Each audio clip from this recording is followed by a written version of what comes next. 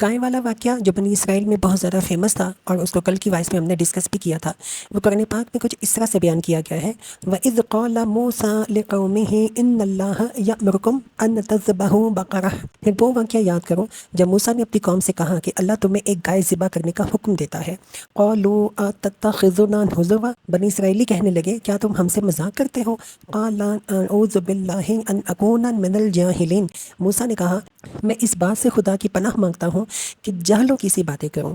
قالوا ادع لنا ربک یبین لنا ما ہی، بنی اسرائیلی بولے اچھا اپنے رب سے درخواست کرو کہ وہ ہمیں اس گائے کی کچھ تفصیلات بتائے۔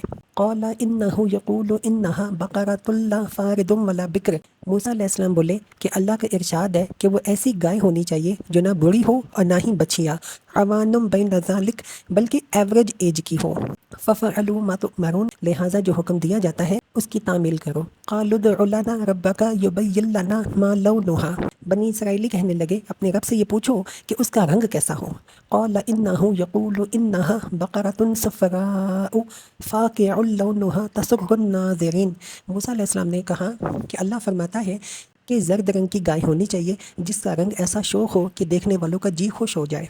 قالوا ادع لنا ربک یبین لنا ما ہی ان البقرۃ تشابہ علینا، بنی اسرائیلی کہنے لگے اپنے رب سے صاف صاف پوچھ کر بتاؤ کہ کیسی گائے مطلوب ہے، ہمیں اس کے تعین میں ڈاؤٹ ہو گیا ہے۔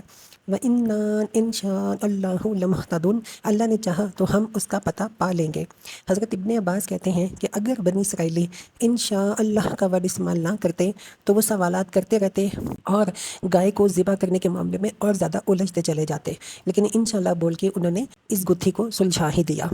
قال انه يقول انها بقرة ذلول تثير الارض ولا تسقي الحرث، حضرت موسیٰ علیہ السلام نے جواب دیا کہ اللہ تعالیٰ کہتا ہے کہ وہ ایسی گائے ہونی چاہیے جس سے خدمت نہ لی جاتی ہو، نہ زمین میں جوتتی ہے نہ پانی کھینچتی ہے، مسلمۃ لا شیۃ فیہا، صحیح سالم اور بے داغ ہے۔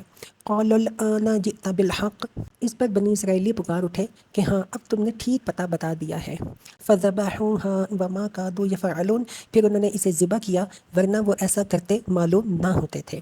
وَإِذْ قَتَلْتُمْ نَفْسًا فَادَّارَأْتُمْ فِيهَا، ہاں تمہیں یاد ہے وہ واقعہ جب تم نے ایک شخص کی جان لی تھی پھر اس کے بارے میں جھگڑنے اور ایک دوسرے پر قتل کا الزام تھوپنے لگے تھے۔ وَاللَّهُ مُخْرِجٌ مَا كُنْتُمْ تَكْتُمُونَ، اور اللہ نے فیصلہ کر لیا تھا جو کچھ تم چھپاتے ہو اسے کھول کر رکھ دے گا۔ فَقُلْنَا اضْرِبُوهُ بِبَعْضِهَا، اس وقت ہم نے حکم دیا کہ مقتول کی لاش کو اس ذبح کی ہوئی گائے کے ایک حصے سے ہٹ کرو۔ كَذَلِكَ يُحْيِي اللَّهُ الْمَوْتَى وَيُرِيكُمْ آيَاتِهِ لَعَلَّكُمْ تَعْقِلُونَ، دیکھو اسی طرح اللہ تعالیٰ مردوں کو زندگی بخشتا ہے اور تمہیں اپنی نشانیاں دکھاتا ہے تاکہ تم سمجھو۔ اس مقام پر یہ بات تو کلیئرلی پتہ چل گئی کہ مقتول کے اندر دوبارہ تھوڑی دیر کے لیے جان ڈالی گئی تاکہ وہ قاتل کا پتہ بتا سکے، یعنی جس گائے کے ذبح کرنے کا حکم دیا گیا تھا اسی کے گوشت سے مقتول کی لاش کو ہٹ کرنے کا حکم دیا گیا۔ اس طرح دو جو کرشمے ہیں نا وہ ایٹ اے ٹائم ظاہر ہوئے۔ ایک کرشمہ تو یہ کہ اللہ کی قدرت کا ان کو نشان دکھا دیا گیا کہ اللہ اسی طرح مردوں کو زندگی بخشتا ہے، ایک تو یہ نشانی دکھا دی گئی۔ دوسرا یہ کہ گائے کی عظمت، محبت اور گائے کی معبودیت پر بھی ایک ہٹ لگی۔ اس نام نہاد معبود کے پاس اگر تھوڑی بہت بھی طاقت ہوتی یعنی گائے کے پاس، تو ذبح ہوتے وقت ایک بہت بڑی آفت برپا ہو جانی چاہیے تھی، کیونکہ وہ گائے ایک معبود تھی۔ اب معبود کو جب آپ ذبح کریں گے تو ایک آفت برپا ہو جانی چاہیے۔